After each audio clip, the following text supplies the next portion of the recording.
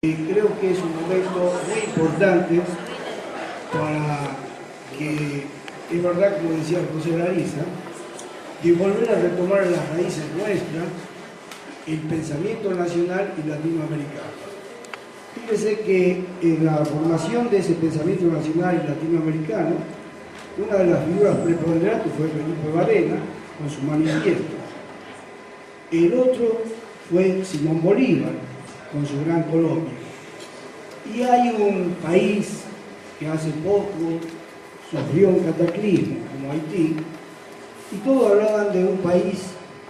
pobrecito, como decía que era el país más pobre de la faz de la tierra. Y quisiera aclarar, inclusive le tomé el tiempo de ver muchos artículos de los diarios, tanto nacionales como internacionales, y en el único diario que lo reivindicaban a Haití era el de Le Monde, donde hablaban de dos esclavos, de Pétion y de Cruz Louverture. Ellos hablaban que echaron a 20.000 soldados, más o menos, del general Leclerc en la época napoleónica. Hicieron la primera revolución en Latinoamérica. A su vez, en el peregrinar que tenía en su exilio Bolívar, fue después de Jamaica, pasa a Haití a ver qué ayuda podía conseguir. Entonces, Pétion le dice que sí, le daba hombres, barcos y armas, pero siempre y cuando que dejen libertad a sus esclavos. Como Bolívar era un mantuano, o sea, pertenecía a la oligarquía venezolana, pero estaba al servicio de la causa del pueblo y de la Unión Latinoamericana,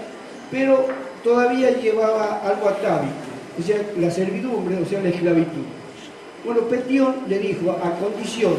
de la entrega tanto de los hombres, de las armas y de los barcos, que bien llegue a su patria, deje en libertad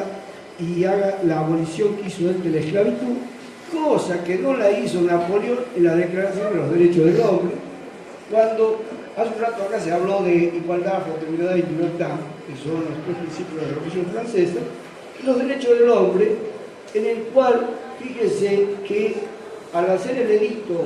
en el Termidor,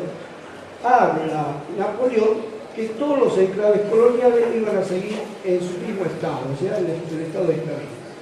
Entonces, fíjese que la chispa de la revolución y de un pensamiento ya libertario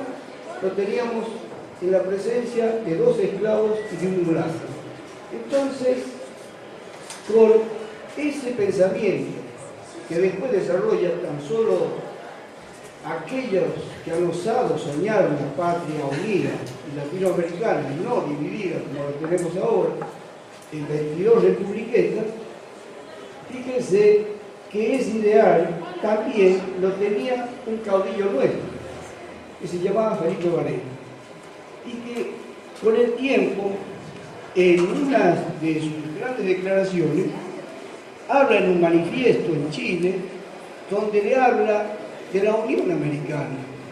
y no estaba muy lejos de todo lo que había luchado en aquella época Simón Bolívar. Lo que hizo también San Martín, O'Higgins, Getúlio Vargas, Sandino, y veo que Catamarca, yo he escuchado en otras partes del mundo a un caudillo como Felipe Varela, pero no aún así ni en las currículas de los ministerios, ni mucho menos del primario y secundario. Ahora, hay que olvidarse en la universidad, que sigue siendo la isla, que hablen de Felipe Varela. Y sin embargo, Felipe Varela ha marcado un hito en la historia, marcó un mojón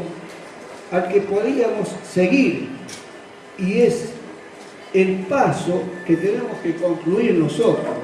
las generaciones, tanto las nuestras como las venideras, de hacer la gran revolución latinoamericana y la gran nación latinoamericana que está inconclusa. Y creo que ese ideal ha sido el que llevaba Felipe Varela, los caudillos federales, y en especial otro caudillo que nosotros reivindicamos en nuestra agrupación, que se llama Severo Chumbito. Severo Chumbita fue a su vez lugarteniente del Chacho Peñalosa y de Felipe Varela. Y en su exilio Felipe Varela, en Chile, Chumbita se queda a organizar las tropas en todo lo que es La Rioja y Catamarca. Y él pertenecía, Chumbita, a un cacique también que había viajado a Buenos Aires por unos litigios de unas tierras, que no quiero hacer alusión personal, porque aquí hay gente conocida, pero en esa época tenía un problema de tierra y del agua, y se encuentra con las guerras, con las invasiones inglesas. Entonces participa y ahí muere. O sea, inclusive no puede resolver el litigio, y su hijo, Severo Chumbita, sigue el derrotero de este cacique y se pone al servicio del Chacho Peñalosa y después de Felipe Varela. Y Felipe Varela, en una carta también describe que estaba esperando que le diera la respuesta a Urquiza cuando se había retirado, porque él estaba esperando la orden para volver. Entonces Chumbita sigue luchando. Al seguir luchando, matan casi toda su familia, también el almacendado, se hacen quedar todos sus bienes materiales, y Chumbita tiene que refugiarse en la clandestinidad directamente en la zona de Aymogasta, luego se viene hasta Miraflores, Chumbicha, y cuando asume Roca, lo llama cuando él es presidente y para resarcir todo lo que había sufrido, en especial Severo Chumbita y el Chacho Peñalosa junto con Felipe Varela, una manera de darle alguna, que no había que devolverle nada. Entonces le dice que quería darle una condecoración de general de la nación. Entonces le dice, le contesta al presidente, nada menos que a Roca, y le dice que su ideal era ese, y él había entregado todos sus ideales al servicio de la patria y de la nación latinoamericana. Entonces creo que, fíjense, que dejó sellado en todo lo que es el federalismo y el pensamiento nacional, que después fue reivindicado y que ha sido artífice de ese pensamiento a través de dos grandes movimientos como el Irigoyen y Perón, o sea, el irigoyenismo y el peronismo. Bueno, creo que estamos en mejorables condiciones de tratar de galvanizar de una vez por todas ese pensamiento nacional y libertario que tenían aquellos pensadores caudillos, con lo que está pasando en toda Latinoamérica con los gobiernos que tenemos, que tienen, digamos, la visión